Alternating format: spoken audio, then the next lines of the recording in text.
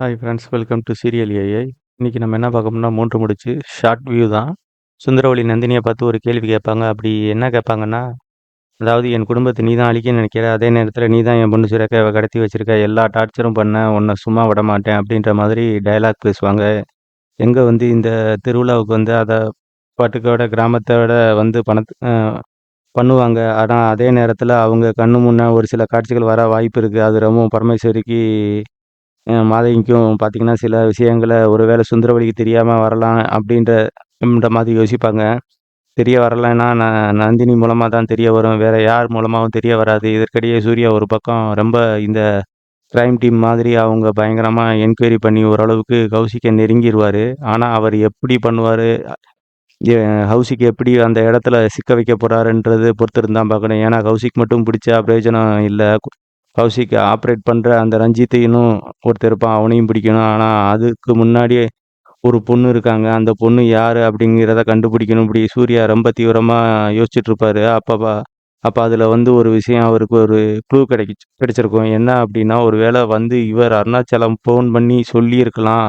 அதாவது நம்ம வீட்டுல ஒரு நாள் இந்த சுரேகா பர்ஃப்யூம் வாசனைய வச்சு ஒரு பயத்த நடுங்குனாங்க இல்லையா? அந்த பர்ஃப்யூம் வச்சு ஒரு பயம் இருந்துச்சு இல்லையா அவங்களுக்கு? அந்த விஷயத்த சொல்லியிருப்பாங்க அப்படின்ற விஷயத்த சூர்யாவுக்கு ஸ்ட்ரைட் ஆகும்.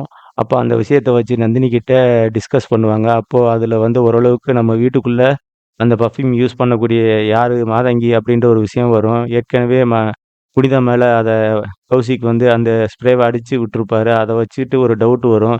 இப்போ வீட்டுக்குள்ளேயே இந்த விஷயங்கள் நடக்குது அப்படின்னும்போது, இப்போ அதில நந்தினிக்கும் சூர்யாவுக்கும் டவுட் வரக்கூடியது மாதங்கி மேல தான். ஏன்னா கல்யாணத்த பத்தி எந்த டவுட்டும் கிடையாது அவங்களுக்கு. அப்போ வீட்டுக்குள்ள இருக்கிறது இந்த மாதங்கி தான் வந்திருக்கு. அப்போ மாதங்கிய இவங்க சந்தேகப்படுவாங்க அப்படிங்கிறது மாதங்கி இந்த பட்டுக்கோட்டைக்கு வந்ததுக்கு அப்புறம் தான் அவங்க மேல ஸ்ப்ரே வாசனை வர்றதே தெரியும். அப்போ வரும்போது அத வச்சு ஃபாலோ பண்ணுவாங்கல்ல, ஓரளவுக்கு மாதங்கிய பிடிச்சிருவாங்க. இதற்கிடையே மாதங்கி ஒரு பெரிய வேலைய பார்ப்பாங்க. என்ன அப்படின்னா, இந்த திருவிழாவ வச்சு சுரேகாவ, புனிதா இவங்கள காலி பண்ணிறலாம் அப்படின்னு தான் மாதங்கி நினைப்பாங்க. அதுக்கு தான் யாருன்னு இந்த கௌசிக ஏற்பாடு பண்ணியிருப்பாங்க.